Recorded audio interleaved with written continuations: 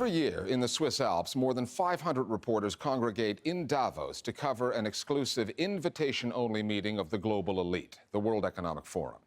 Business and financial news outlets find the cast of characters there irresistible. Some 2,500 business leaders, political players, and celebrities converging to, as the brochure says, improve the state of the world. It's a high-altitude soundbite factory with CEOs spinning their profit numbers and politicians marketing their countries. But the forum has an optics problem. The British charity Oxfam recently published a report revealing that the planet's 62 richest individuals are as wealthy as half of the world's population. Where better, then, for the global news media to get at issues of inequality and yawning wealth gaps than Davos with its gathering of the super rich? But very little of that happened. The Listening Post's Meenakshi Ravi now on the annual spectacle that is Davos, the media embedded at the event, and how the forum is reported.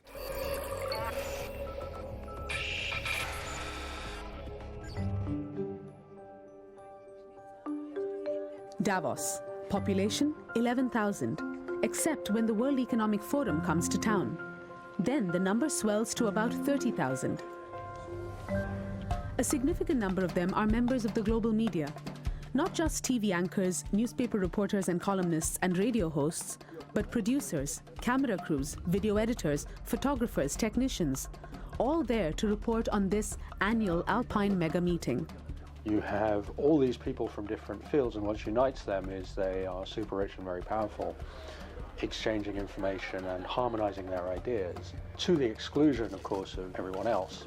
And it's a very good image of how the world currently works. The World Economic Forum for us is a must-do event, so it's a great opportunity for us to speak to our leaders, business leaders, and also prime ministers about the world-changing events that are shaping our society. This is unacceptable. Nothing is happening. You're telling me that after 4 hours of meeting with Vice President Biden, you cannot report any progress on reaching a lasting peace in Donbass? There is this normative claim from journalism that claims to be contesting power, speaking truth to power. But actually, overwhelmingly, what we do is to reproduce, to replicate the discourse of power. We follow that discourse of power. The World Economic Forum Foundation is nearly 50 years old. What began as a Eurocentric, white, male, super-rich club is now less European, less white, a little less male, but even richer. The media at the gathering have also become more diverse. Business and financial news outlets still dominate, with some of the most extensive operations set up by channels like CNBC and Bloomberg and agencies like Reuters. However, each year has seen more journalists from Africa, Latin America, and Asia coming over to cover the event. Indian media looks for two things. What is the positioning of India as an investment destination? So you're saying 9% growth rate is what the potential of India is? The second important point is about the trends that are going to be shaping change across the world. China only consumes 10% of the world's oil. The interplay of business interests between Indian companies and global companies is very strong. The deep embeddedness of globalization is very exciting for media. The picture postcard setting of the World Economic Forum contrasted sharply with the dark news horizon this year. Bad news from China. The Shanghai index fell 8.5%. It wasn't just the stock markets or oil prices or the falling euro. Now, 1% of people are as rich as the rest of the world's population combined. In the years since the 2008 financial crash, the global wealth gap has been growing wider every year.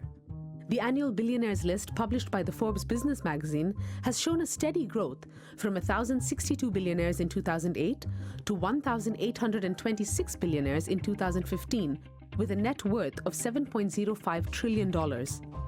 And the Credit Suisse Bank's 2015 Global Wealth Report stated that, quote, the lower half of the global population collectively own less than 1% of global wealth, while the richest 10% of adults own 88% of all wealth. Many of the richest 10% were at the forum, but the inequalities, social and economic, were not high on the news agenda. We chronicle capitalism, so we try to get to the bottom of business decisions. The World Economic Forum represents most people who are very important in business, so we try and understand their thinking and challenge them on their business models. The notion of that these channels are chronicle capitalism, it's nonsense. To chronicle capitalism, you have to chronicle how capital is produced and reproduced, but also the effects of capital on the life of people. I think the easiest thing to do, and what most business reporting is being a mouthpiece of capitalism. I have to point out, Ken kind of killed it last year. We're looking forward to your fourth quarter results. And so a lot of business journalism is reporting what the people who run business say. So in sports journalism, you say Chelsea beat Arsenal 1-0, and in financial journalism, you say the stock market fell 1%. So you report the score. But it's much harder to explain in depth what is going on behind the score. That kind of reporting takes a lot of time, demands resources, and costs money. How's your holdings of Twitter going today? I have no holdings in Twitter whatsoever at all, Charlie. Interviewing a captain of industry mainly requires airtime, and news channels have a surplus of that. News channels are also owned by corporations, and the relationships they have with governments, industries, and the financial sector can be too close for comfort. Most of the money that people that organizations like Thomson Reuters and Bloomberg make are based on the screens they sell to financial organizations. News actually nowadays for Bloomberg and for Reuters is a tiny part of the total income they make. And I don't want to single out Bloomberg, but when somebody from Bloomberg is interviewing a CEO, they're basically interviewing one of the clients. There's not one single bank or financial corporation or big corporation that doesn't have Bloomberg terminals. And this is the people you're interviewing. This is a client. Emerging markets, you will be okay? What we talked about, yes, we'll be okay. Now, journalists, individual journalists, and I'll make safeguards of Bloomberg, some of them are wonderful. Some of the people in Bloomberg are absolutely critical, but they're working within an organization that will have editorial processes that will safeguard ultimately the interests of Bloomberg as a business. We asked Bloomberg for a response to this assertion. A spokesperson gave us this statement. Bloomberg News strives to achieve balance and fairness in all reporting and does not allow external parties or the commercial interests of Bloomberg LP to dictate any editorial decisions. We are extremely proud of the award-winning journalism we have produced over the past 25 years. To the skeptics, Davos is a giant corporate schmooze fest, dressed up as a high-minded, snow-capped ideas factory. Alternative events, such as the World Social Forum coming up later this year in Montreal, try to rival Davos. But they lack the political heavyweights and celebrity CEOs and end up attracting a micro-fraction of the coverage, which leaves the World Economic Forum, which caters to the corporate elite, in an elite category of its very own. It's one of those media events where the media's shortcomings can be exposed. The kind of swagger that Europe is going to show in 2016. We'll move it a little bit towards from standstill to losing steam. That's a serious lack of confidence. When you look at politics, when you look at economic trouble, everything is more interlinked than it used to be. So I think in Davos, it's maybe more important than anywhere else that you make sure that you're maybe tougher with some of your interviewees, that you're sure to get answers to the right questions. For a journalist, it's important always to not just take one point of view.